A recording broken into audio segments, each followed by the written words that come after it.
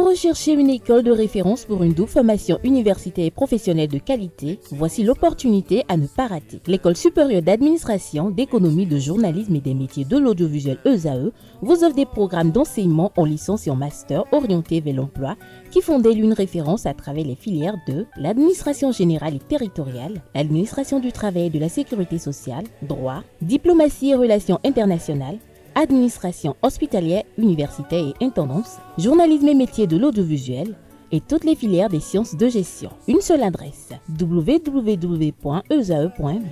Rendez-vous dès maintenant sur nos campus ESAE Bedjromende au numéro 90 93 65 21 ou au numéro 98 98 14 00. Paracourt sur le numéro 52 46 12 12. Aboumé-Calavi au numéro 52 88 44 44. Akpaka au numéro 52 88 33 33. ESAE, l'excellence à un nom. Le panel de discussion de ce jeudi se veut une histoire anonyme. Amis internautes, bonjour à nouveau. Bonjour, chers panélistes. Abdelkader Achiro, bonjour. Bonjour à nouveau. Bonjour à nouveau, Atifa Alafa, Kanté Amoussou, Dessougoubounou. Alors, le thème de ce jour, c'est j'ai recommandé mon ami pour un poste vacant dans une entreprise où je travaille et il m'a fait renvoyer histoire anonyme d'un ami de Francis Fahami. Alors, je vous fais part de son problème. André et moi sommes amis depuis les cours primaires. Nous avons fait le même cursus et après nos études, il a une belle proposition dans une grande entreprise de la place. Quant à moi, j'ai dû me contenter d'une proposition de mon professeur dans une petite entreprise. 3 ans plus tard, mon ami traverse de mauvaises passes et s'est fait renvoyer de son boulot pour faute grave. Quant à moi, j'ai gagné un grade et l'entreprise n'a cessé de grandir. Un poste s'est libéré dans mon département et j'ai recommandé mon ami qui a tout de suite été embauché. Quelques semaines plus tard, les ressources humaines m'ont fait parvenir une lettre me notifiant mon renvoi. J'ai découvert plus tard que c'était mon ami qui a contribué à mon renvoi. Mon ancien patron m'a avoué que mon ami a révélé des fautes que je commettais autant pour moi pendant que j'étais au boulot. Absence au poste, non-respect de deadline et bien avec des preuves à l'appui. Suis-je mauvais de vouloir le meilleur de mon ami? Voilà la question que notre ami anonyme nous propose dans son histoire. Alors, Abdelkader Achiro, si vous étiez à sa place, qu'auriez-vous fait? Moi, je ne peux pas être à sa place. Je ne peux pas être à sa place parce que... c'est pas la guerre quand même. Non, je ne peux pas être à sa place parce que je peux être payé pour quelque chose et être absent au boulot. Oui, un peu. Je peux pas être payé pour quelque chose et tricher pour ce pourquoi je suis payé. Oui, un peu. Lorsque je le fais, il faut que je m'attende forcément. Soit ce serait l'ami là ou peut-être quelqu'un d'autre qui le fasse parce que n'oubliez pas que peut-être on ne sait pas à quel poste l'ami qui l'a fait venir dans le service, à quel poste l'ami a été mis.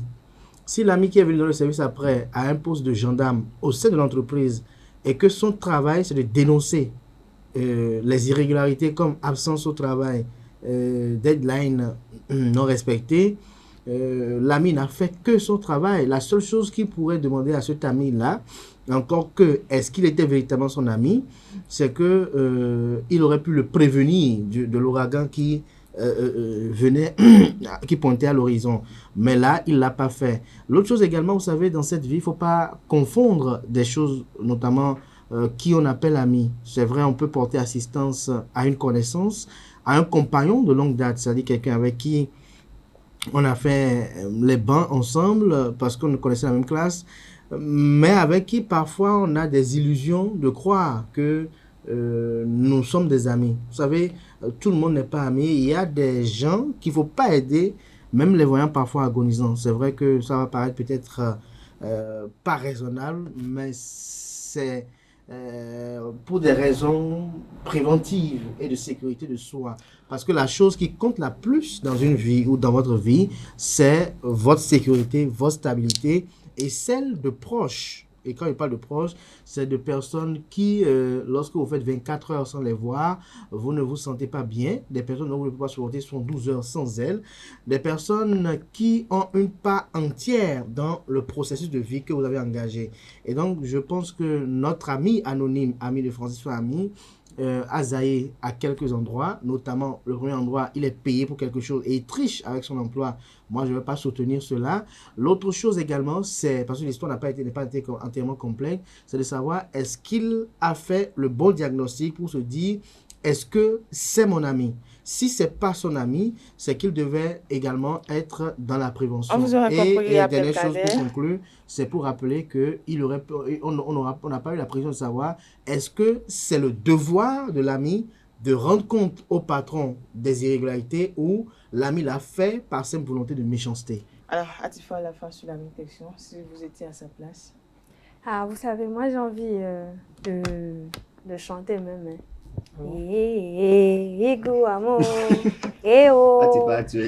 C'est vraiment, c'est décevant, c'est triste parce que je pense que l'ami qui fait ce genre de choses n'est pas quelqu'un de bien.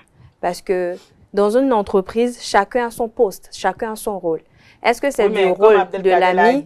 C'est le poste qu'il occupe. Est-ce qu'il occupe le poste d'un gendarme, dénoncer les irrégularités? Justement, c'est ça que je m'en vais dire. Est-ce que c'est de son rôle, c'est de ses compétences de faire remarquer l'absence ou l'irresponsabilité de son ami au boulot? Vous savez, lorsque vous aidez une personne, il faut s'attendre à tout.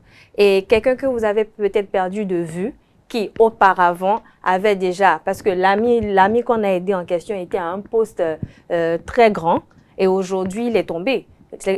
L'ami qui l'a aidé n'a qu'à chercher à savoir qu'est-ce qu'il a fait pour se retrouver à ce niveau-là où aujourd'hui lui qui était la personne qui avait un très bon poste, une bonne situation aujourd'hui, s'est retrouvée à ce niveau-là. Vous savez, il n'y a pas de hasard dans la vie.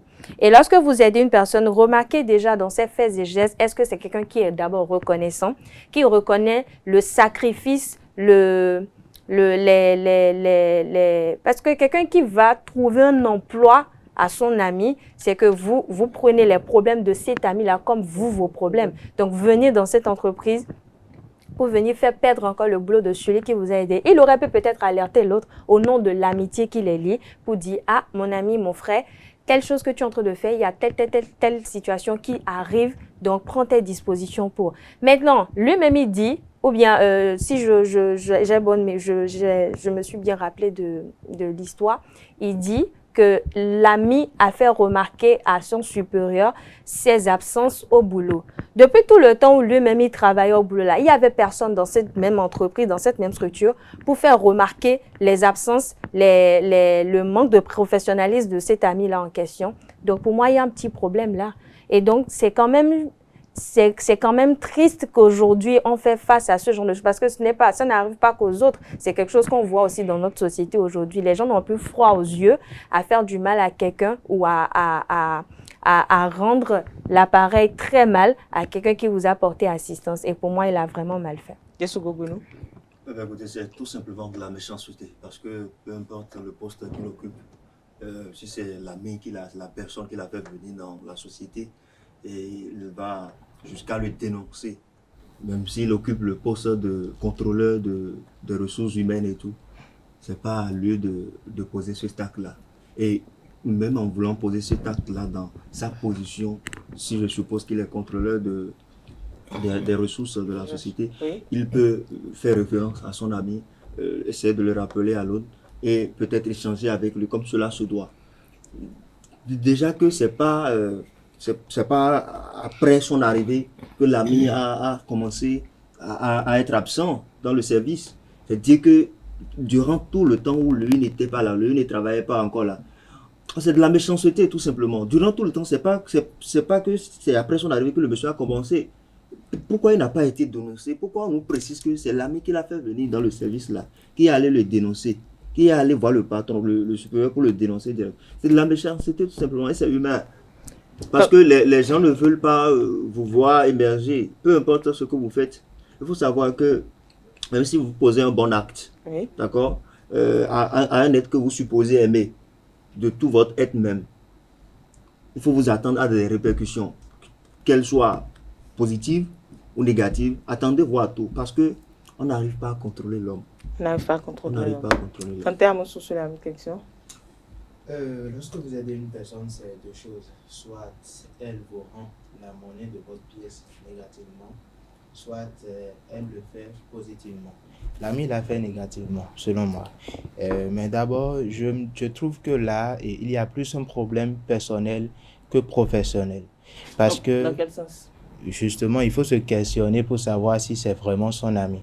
Parce que si c'était mon ami, je suis l'ami en question, qu'on a ramené dans une boîte, je préfère aller voir mon ami pour lui dire, bon voilà, je constate que tu es absent. Enfin, mon objectif ne sera pas d'aller le dénoncer, mais plutôt comprendre ce pourquoi il est absent. Je pense qu'une absence peut être justifiée. Alors, s'il avait peut-être pris pas cette démarche-là, ça aurait pu mieux régler les choses. C'est plus facile, hein. Ce qu'il y a à faire pour régler les choses est encore plus facile que ce qu'il y a à faire pour compliquer les choses. Mais lui, il a voulu compliquer les choses. L'autre chose, son absence, parce qu'il a parlé d'absence, à moins qu'il a omis des parties qu'il ne nous a pas dit. Sinon, je trouve qu'il n'a pas eu à dilapider des fonds qui pouvaient mettre en mal sa position à lui dans l'entreprise. Si c'est des faits graves comme ça, bon, encore que là aussi, il faut qu'il discute avec l'ami d'abord avant d'aller voir le patron. Et maintenant, si entre-temps, il allait voir le patron et que le patron lui disait non, il est absent pour telle chose. Une entreprise, c'est aussi un système, c'est aussi une manière de fonctionner. Et s'il est absent, lui qu'on a ramené dans l'entreprise, il peut être capable de couvrir l'ami que d'aller le dénoncer. C'est assez simple. Maintenant, il faut vraiment se questionner, est-ce que il est vraiment l'ami de cette personne-là où, bon, voilà, il a compris qu'il a quelqu'un quelque part, une connaissance qui n'a rien à voir, qui n'a rien comme boulot et, bon, qui devrait l'aider. Et bon, voilà, il a aidé. Malheureusement, quand on aide une personne, on ne s'attend pas forcément à ce que la personne nous aide, voilà, ou encore soit vraiment reconnaissant. Je l'ai dit, c'est deux choses. Soit la personne vous fait mal, soit la personne vous fait le bien. Et si vous me permettez, c'est comme Jessugo l'a dit tout à l'heure, ça dépend. Est-ce que avant même que l'ami qu'on a aidé soit venu dans l'entreprise, est-ce que l'autre n'était pas absent? Est-ce que c'est après qu'on l'a aidé, qu'il ait intégré l'entreprise ou la structure, qu'il a commencé à être absent? Et si malgré son absence, cela ne porte pas atteinte aux objectifs escomptés de l'entreprise et que malgré son absence, il arrive quand même à remplir ses devoirs professionnels et autres, je trouve pas, ou je ne sais pas pourquoi on peut faire ce genre de remarques parce que les mêmes personnes... Vous savez le pourquoi. Le pourquoi, c'est de la méchanceté. C'est de l'orgueil. C'est comment Abdelkader, selon vous, est-il mauvais? C'est cette envie-là de vouloir dépasser l'autre, c'est de vouloir être au niveau de l'autre. Vous êtes en train de dire par là non, mais même s'il voulait le faire, il aurait pu procéder autrement. Pas faire remarquer à son supérieur parce que les collègues de la personne de André en question auraient pu faire remarquer à ses patrons ou à n'importe qui dans l'entreprise que votre employé, il est absent, il ne respecte aucune heure, il vient à des heures tardives, il ne travaille pas, il n'est pas à son poste tous les jours. Abdelkader, moi, j'ai quand même envie de vous demander, est-ce mauvais de recommander quelqu'un? Vous savez, tout à l'heure, je vous ai dit quelque chose de très banal. Cette histoire que vous rappelez ce matin me fait rappeler tout de suite dans la tête quelques histoires similaires ou asymétriques que j'ai eu à vivre et que, avec des amis aussi, on a vécu. Et je vous disais tout à l'heure dans ma première intervention qu'on n'aide pas tout le monde. Et pour boussole morale, lorsque on parle d'entraide, je fais référence tout de suite à cette... belle chanson de Gégé Lapillon qui disait mais le khove ba ne nubo ena goro do tutwe mais jai ba zititeo ena titilo tutwe mais tonukun ba hunukunio ena hunukulu tutwe. Ça dit que celui qui est jeune et que tu nourris, il va devenir rassasié sur toi. Celui qui est aveugle et que tu lui ouvres les yeux, il va écarquiller les yeux sur toi. Celui qui tombe et que tu le relèves, il va se lever sur toi. C'est-à-dire en d'autres termes, on n'aide pas tout le monde. Vous savez, lorsque vous aidez un ami, un vrai proche, c'est que vous vous êtes aidé vous-même. Vous avez fait du bien à vous-même. Je vous donne un exemple simple. Un ami à qui vous donnez tout le temps 20 000, 10 000, 50 000, 30 000, 70 000 pour l'aider. Et que vous lui portez une aide véritablement, vous vous êtes aidé vous-même parce que désormais, il vous réduit certaines choses. Et vu que vous avez une certaine familiarité entre vous, vous avez une certaine entraide entre vous, c'est que vous avez en retour, en dehors du fait que vous ne l'aidez plus, cette volonté, ou j'allais dire cette manie, à ce qu'il vous fasse de petits présents. Vous savez, dans cette histoire que nous sommes en train de rapporter là, il y a une chose qu'il ne faut pas occulter. On dit souvent très bien que lorsqu'on fait le bien, on le fait sans arrière-pensée.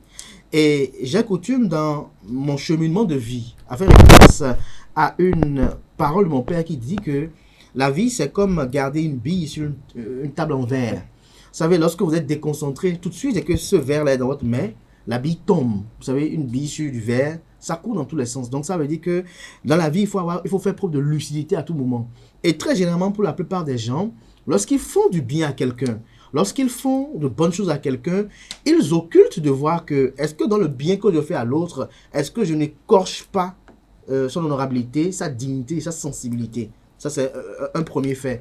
L'autre chose également, c'est que lorsque vous avez aidé cet ami-là à avoir son emploi, quelle est la nature des relations après le fait que vous lui avez donné l'emploi? Est-ce qu'à un moment donné, vous n'avez pas voulu faire de l'esclavagisme avec l'ami parce que, comme je t'ai trouvé l'emploi pour que tu viennes là, parce qu'on connaît les Africains, comme c'est moi qui t'ai trouvé cet emploi-là, on le fait chanter, on le fait tourner en rond, on le met dans une spirale, dans un labyrinthe, parce qu'il faut qu'il reconnaisse qu'il n'aurait jamais été là grâce à moi. Non.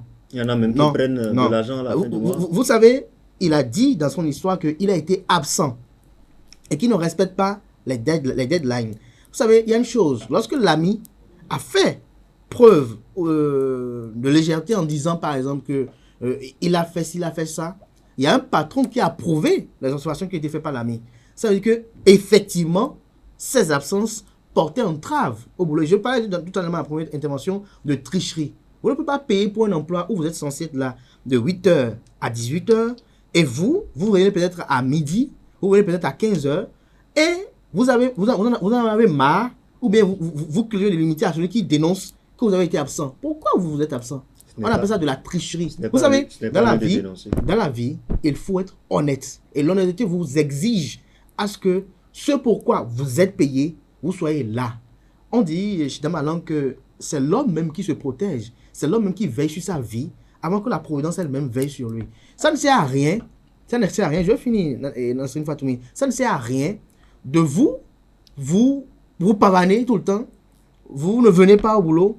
Et vous restez là pour dire, comme c'est mon ami, comme c'est moi qui l'ai fait venir dans l'entreprise, donc il ne doit pas dénoncer. Si un temps, vous avez gardé de bonnes relations avec lui, et dans l'histoire, on ne sait pas. Si l'ami l'a déjà prévenu une fois ou deux fois, cette précision, nous ne l'avons pas. L'ami en question n'est pas ici. Vous savez, dans de telles histoires, dans de telles situations, et même lorsqu'on est même soi-même acteur, il faut prendre la patience parfois d'analyser avec lucidité pour voir, est-ce que la faute même ne part pas de moi? Vous pouvez aider quelqu'un qui savait être de même vrai ennemi parce que le type d'aide que vous lui avez donné, ce n'est pas l'aide qui lui convient. Je donne un exemple simple par exemple. Vous êtes dans une entreprise et peut-être vous voulez porter assistance à quelqu'un et vous lui portez assistance sans penser à vous. Je dis bien sans penser à vous. Oui, mais bien on n'aura pas toujours le temps de pouvoir analyser tous ces points-là avant d'aider quelqu'un. Lui, il a fait de bon cœur. Donc, on ne pourra pas toujours, en voulant aider quelqu'un, penser à ce que la personne nous le rende à l'envers ou bien penser à ce que l'aide qu'on a fait ou qu'on a donnée ou qu'on a assisté à quelqu'un puisse se retourner contre nous. On n'aura pas toujours le temps de toujours tout vérifier. Pour vous, c'est quoi un ami? Dans cette vie, on réfléchit. Dans cette vie, agir sans réfléchir, c'est se conduire progressivement vers la ruine. Lorsque vous vous réveillez le matin et que vous ne réfléchissez pas à quoi vous allez porter, vous ne réfléchissez pas à l'impact que ce que vous portez a sur votre personnalité, sur votre caractère psychique et spirituel. Lorsque vous évoluez dans la vie et que vous prenez beaucoup sur la banalité, c'est deux choses l'une. Soit vous êtes quelqu'un de très chanceux et ça marche pour vous, ou soit vous cotisez progressivement votre ruine qui un jour s'accumule et vous tombez dedans. Vous savez, c'est au fur et à mesure que vous traversez des choses. Je suppose que ce qui lui est arrivé aujourd'hui, il n'osera jamais aider encore quelqu'un jusqu'à ce niveau-là. Oui, mais il demande à savoir si tirer des leçons aussi. Le meilleur pour son ami. C'est pas mauvais. C'est pas mauvais. Il faut juste savoir quel genre d'aide vous donnez ou quelle assistance vous avez envers un ami et savoir si l'ami en question est vraiment votre ami. Parce qu'on le dit, hein, c'est mon ami, mais moi, je ne suis pas ami avec lui. Pour vous, c'est quoi un ami? Non, mais l'amitié, ce mot-là, on l'a beaucoup défini ici. L'ami en question, ce n'est pas celui que vous connaissez, simplement. C'est pas une connaissance, c'est pas... je peux dire que Quentin... Je ne peux pas dire que Quentin est mon ami. Je ne peux pas dire que Atifa est mon ami. On ne se fréquente, on se voit, mais on ne vit pas des choses ensemble. C'est des connaissances. Donc en réalité, l'ami, c'est celui-là. Est-ce que j'écris à Quentin tous les jours? Est-ce que je l'appelle? Est-ce que je peux passer une journée l'ami sans aussi, Quentin? c'est pas celui avec qui on est tous les jours, c'est pas celui avec qui on partage tout le temps. Non, mais attention, vous êtes Là, beaucoup... forcément. Vous êtes Là, c'est beaucoup... pas, forcément. là, c'est pas un ami. Vous êtes forcément, beaucoup tout plus... dépend. Vous êtes amé à Tout- celui avec qui vous vivez Tout des dépend. choses. C'est pas parce qu'on mange tous les jours, on se Non, partage c'est les pas ça le quotidiens, on problème. se raconte tout et tout. Est-ce que moi je Et, peux... je ne peux pas passer une journée sans te voir qu'on est forcément amis. C'est très Les important. vrais amis aussi, c'est ces mêmes personnes qui, malgré la distance, malgré qu'ils se perdent de vue, à chaque moment qu'ils se rencontrent, ils arrivent toujours quand même à se comprendre, à renouer les liens. Mais dans le L'amitié, c'est pas contexte- seulement mais dans passer le toujours contexte du temps actuel. ensemble H24. Mais dans le contexte actuel, je ne suis ami avec personne ici.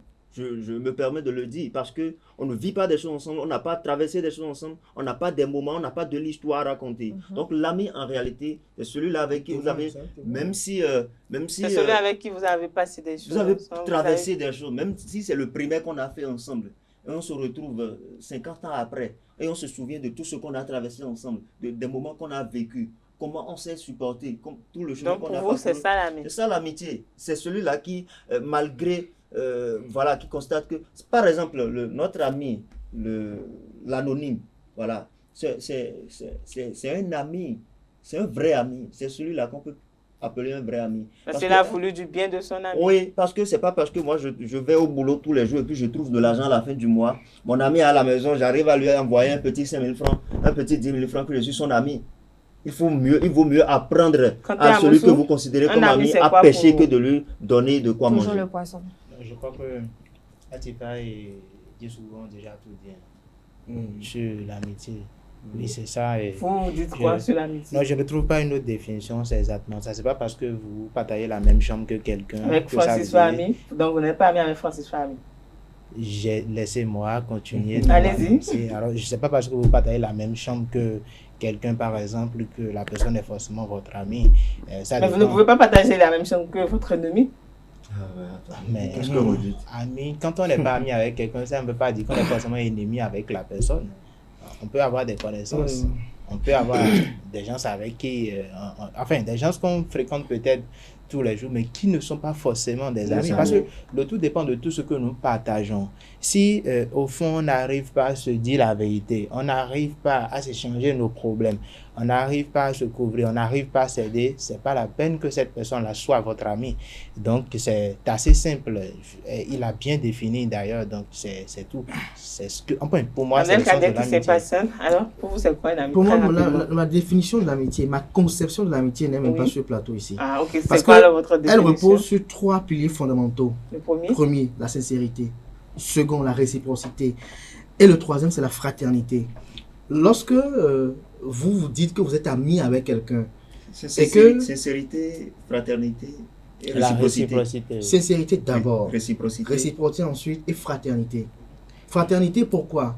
Parce que qu'est-ce qui fait la force de la franc-maçonnerie, par exemple?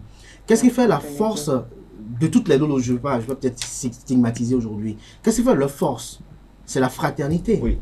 Et cette fraternité-là qui les amène, même lorsque vous en êtes même dans d'autres confessions religieuses, ça qui amène que parce qu'il est dans mon église, c'est à lui que je donne ce marché-là. Oui. Parce qu'il est dans mon église, c'est lui qui va faire cette maison-là. Parce qu'il est dans mon église, je ne l'assigne pas en justice. Parce qu'il est dans mon église, parce qu'il y a une fraternité là.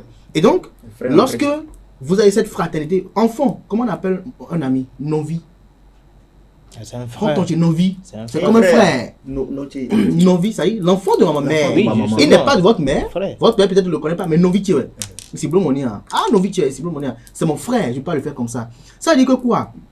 Il peut arriver que l'ami se sépare. J'en connais d'amis qui se sont séparés et qui vivent même 2 ans avant de se voir. Mais il n'y a pas ce jour où ils ne se parlent pas. Il n'y a pas, en 12 heures, ce jour où ils ne se parlent pas, quel que soit ce que l'un ou l'autre vit. Vous savez, très souvent dans la vie, parfois nous sommes à des moments donnés pour certaines choses qui nous arrivent, hein, la source de notre propre malheur, de pas ce que je qualifie de inadvertance. Parce que parfois on dit que voilà. Ça, quand on parle de réciprocité à un second lieu de l'amitié. Lorsque par exemple vous avez un ami, vous allez chez lui, lui ne vient pas chez vous. Et vous allez chez lui, vous ne pas chez lui, il y a un déséquilibre. Et ce déséquilibre-là, si aujourd'hui vous riez bien, vous faites tout bien, et que ce déséquilibre-là ne s'est pas manifesté aujourd'hui, si jusqu'à la fin de votre histoire il ne se manifeste pas, ça ne veut pas dire que votre histoire était parfaite. Parce que peut-être, durant votre histoire à vous, il n'y a pas eu les circonstances conséquentes qui vont exprimer l'absence là, son inconvénient. C'est pour vous dire quoi? Lorsque vous êtes ami avec quelqu'un véritablement et que vous faites du bien à votre ami, vous vous êtes fait du bien vous-même. Lorsque vous avez un ami qui vous jalouse à un moment donné, c'est que vous avez créé la jalousie vous-même à un moment donné. Vous savez, il ne faut pas être dans les illusions. Il ne faut pas être dans ce que je qualifie parfois de philosophie puérile et stérile. Parce qu'à un moment donné, lui, c'est un homme. C'est un humain. Vous êtes là, par exemple, vous êtes marié. Mais vous êtes sur le chemin de vous marier. Vous êtes copine, par exemple. Vous êtes sur le chemin de vous marier. Mais pendant ce temps, votre copine à vous, elle est là. Elle n'a pas d'homme. Et vous ne pensez pas à comment l'occuper.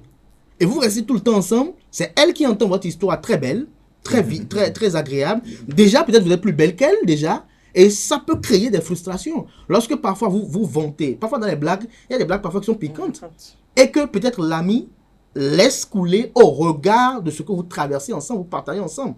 Et qu'après, peut-être, vous retrouvez tout le temps, vous dites, bon, mon ami, bon, comme moi, je suis là, tu restes là, moi, je vais ce soir à mon chéri. Mais l'ami, lui, il est là, tranquille, il reste là. Il va commencer par vous jalouser. Vous pouvez, si c'est votre ami véritable, la faire sortir avec votre chéri. Tu restes avec nous, mais nous sommes ensemble. Tu restes avec nous et créer les écarts. Vous savez, il y a une chose que beaucoup de gens n'aiment pas faire, réfléchir. Beaucoup de gens n'aiment pas concevoir, n'aiment pas aller au bout de la pensée pour savoir que dans la vie, on évolue avec tact et précaution. Regardez la vie d'un chef d'entreprise. Pour que l'entreprise puisse survivre avec pérennité, c'est qu'il n'a pas le sommeil. Parce que dès qu'il finit de payer la fin de ce mois-là, il faut qu'il travaille pour payer le mois prochain. Dès qu'il paye le mois prochain, il faut qu'il travaille pour payer le mois prochain. C'est pour vous dire quoi? Tout à l'heure, vous avez dit que c'est un bon ami. Pour moi, ce n'est pas un bon ami, ce monsieur. Il est quelqu'un de bien, tout simplement. Pas quelqu'un de bien, c'est lui qui fait le bien aux gens, à son entourage. Sans distinction même d'ailleurs. Donc, il a fait du bien à quelqu'un qu'il connaît. Parce que si c'est son ami à qui il a fait du bien, même quand il s'absentait, même quand l'ami n'était pas avec lui dans ce service-là, l'ami l'aurait averti que, mon frère, ce que tu fais là, c'est pas bien. Non, mais Abdelkader, ce que tu traverses là, c'est pas bien. Et je vais vous dire une chose, des amis très souvent sont des gens qui se ressemblent presque avec deux gouttes d'eau, avec les mêmes défauts, les mêmes qualités et les mêmes pensées en réalité. Lorsque ce sont de vrais amis. C'est pour vous dire qu'à un moment donné, l'ami là en question, moi j'ai pas des amis avec qui j'ai fait par exemple l'internat, avec qui j'ai été ami. À un moment donné, lorsqu'il me le fait à l'envers, je le sais qu'il va me le faire à l'envers. Lorsque vous êtes avec un ami et qu'il vient dans l'entreprise, si c'est vraiment votre ami, vous connaissez ses pathologies comportementales, vous savez que lui là, par exemple, c'est quelqu'un qui n'aime pas l'injustice. Lui là, par exemple, c'est quelqu'un qui aime le travail hyper bien fait, sans état d'âme. Mais ça reste à voir, parce que vous avez de ces personnes-là qui vous font miroiter la bonne personne, qui vous font miroiter la bonne personne, mais le jour où ils vous le font à l'envers, vous ne vous y attendez pas du tout. Vous ne voyez rien venir. Non, parce que vous n'avez pas été attentionné ni prudente pour voir progressivement le changement qui a conduit à la Il a dit tout à l'heure que notre ami, l'anonyme, n'est pas un ami, ou du moins il est juste quelqu'un de bien. Lui, dans son fond intérieur, il sait qu'il est un ami à celui-là à qui il a fait du bien. Donc André n'est pas son ami. C'est son ami à qui il a fait du bien qui ne le considère pas comme son ami. Parce qu'il n'est pas allé chercher n'importe qui. Ça parce que j'ai fait les classes avec vous, on partage le pâté à la rédaction qu'on est amis. Il n'est pas allé chercher n'importe qui. Mais il est ami à André, mais André n'est pas son ami. Il n'est pas allé chercher n'importe qui. Il a placé dans son ami. Vous avez dit que vous n'avez pas d'amis, mais vous avez mangé avec des gens? Oui. Alors, vous savez, c'est pas parce qu'il y a des illusions, il y a des connaissances, ce qu'on appelle des connaissances, c'est ce qu'on appelle des compagnons. Oui. Et tout à l'heure, vous avez posé une question à Quentin pour dire, vous vivez dans la même chambre. On peut vivre dans la même chambre et ne pas être amis. Oui. On peut vivre dans la même chambre et il y a de véritables ennemis qui cherchent à se combattre. Parce qu'on a une antinomie profonde, un antagonisme profond. Parce qu'on ne partage pas les mêmes façons de voir les choses, les événements de la vie. Parce que n'oubliez pas, on dit les autres de même fumage, ça semble volontiers. Oui. Vous savez, quand on est amis, c'est qu'on voit les mêmes choses. Ce que je tolère, mon ami peut, je dis bien peut. C'est pas qu'on est comme des bébés finalement, mais c'est possible. La dernière fois, j'ai vu quelqu'un, il est jumeau. Et je dois l'inviter. Il dit, mon frère, quand on veut m'inviter, c'est 3 invitations. Il dit, pourquoi? Il dit, mon frère jumeau et mon ami. Mon père, avant de mourir, a dit, celui-là, il n'est pas mon enfant, mais il fait partie de mes enfants. Vous savez que c'est profond. Ça dit quoi? Regardez cet ami déjà. On veut l'inviter pour un rendez-vous d'affaires. Pour opportunité, dit, je ne viens pas sans mon jumeau, mon frère jumeau, et sans mon ami. Je dis, mais l'ami fait quoi? Il dit, quand il sera là, vous allez le découvrir. On dit, mais si l'autre va accepter, il dit, bon, c'est ça l'opportunité à la partie. Ça dit quoi? Pour lui, un bien qui vient vers lui, c'est pas que pour lui d'abord, c'est pour les trois. Ça dit que les trois ont la même philosophie. Et voilà encore quelque chose dont je suis en train de faire étude, parce que c'est quelque chose que j'ai découvert, ce jumeau-là, qui vit comme ça. Parce qu'il dit, il ne va pas. J'ai rencontré un ami à lui qui a dit, effectivement, on ne l'invite pas sans son frère jumeau, ni sans l'autre. Pareil aussi pour les autres aussi, exactement comme ça. Ça veut dire que quoi? C'est comme ça. Enfin, je voudrais renchérir un peu les propos de Kader. La preuve, hein, vous pouvez partager votre vie avec celui que vous pouvez appeler mari ou femme. Et 10 ans après, vous vous rendez compte que cette personne-là ne vous a jamais aimé. Donc, vous comprenez. Et elle veut vous assassiner même. Voilà, vous comprenez. Elle a tenté de vous empoisonner. Vous comprenez maintenant que l'amitié, ce n'est pas forcément tout ce que les gens pensent. Et l'autre chose, je donne un exemple. Et il est arrivé quelques fois où... mais que l'amitié est bonne, c'est une puissante arme. Oui, justement. Ça. Il est arrivé quelques fois où je n'étais pas là. Et puis, on a posé une question à Francis. Et il a répondu. Après, je lui ai dit, mais si j'étais là, c'est la même question, c'est la même réponse que je lui ai donnée. Vice-versa. Il arrivait souvent. Il m'a déjà consulté sur certaines choses. Et moi-même, je l'ai déjà consulté. J'ai déjà donné des réponses à sa place, avant même de le consulter. Puis après, les réponses qu'il aurait données. Exactement. Donc, on se rend compte parfois que, enfin, ça peut être pareil, parce que s'il était là, il allait d'ici. Donc, c'est ce que je dis. Donc, en vrai, l'amitié, c'est difficile à expliquer parfois, c'est compliqué. Donc, il faut souvent se demander si on est vraiment ami avec telle personne avant de vouloir la prendre comme non-vie.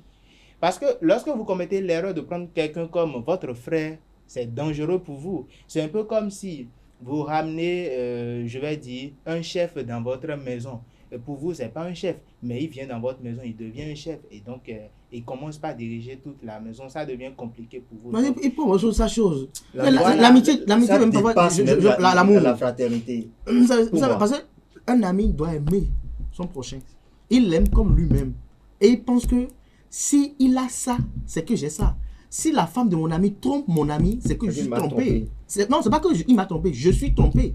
L'ami, à un moment donné aussi, vous avez un ami et qui ne voit pas en vous, lui, c'est qu'il y a un problème.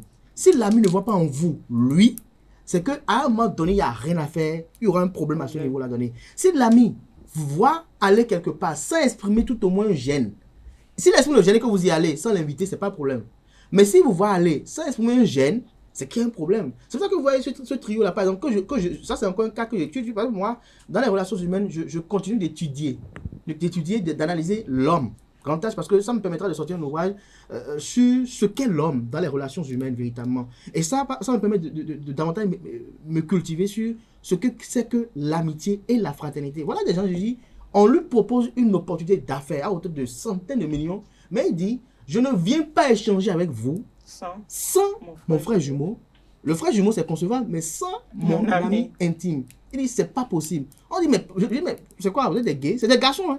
Il dit, c'est pas possible. Et je vois quelqu'un d'autre qui dit que, ah, effectivement, c'est comme ça.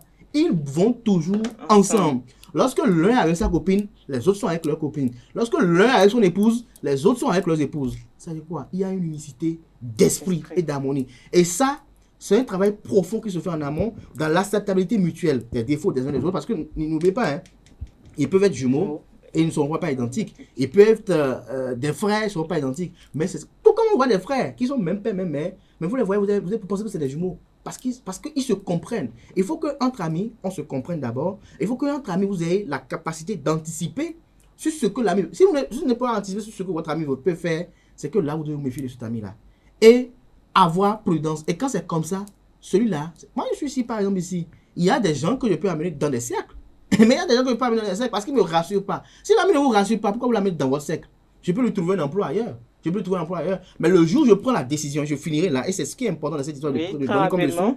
Lorsque vous avez votre emploi, c'est votre chose. Le jour où vous prenez la décision de mener quelqu'un dans votre emploi, dans votre entreprise, il faut que vous soyez rassuré de ce que, est-ce que ça venu continue de renforcer, non, continue à renforcer ma sécurité et mon hégémonie au sein de l'entreprise, même si je ne suis pas patron, hein, mon hégémonie au sein de l'entreprise, ou ça viendra fragiliser. Si vous n'avez pas la possibilité de donner les réponses conséquentes à cette interrogation-là, abstenez-vous. Atifa Lafa pour conclure. Je dirais tout simplement de savoir à qui faire du bien, qui assister au moment voulu et profiter aussi pour demander à Dieu de nous donner l'esprit de lucidité. C'est tout.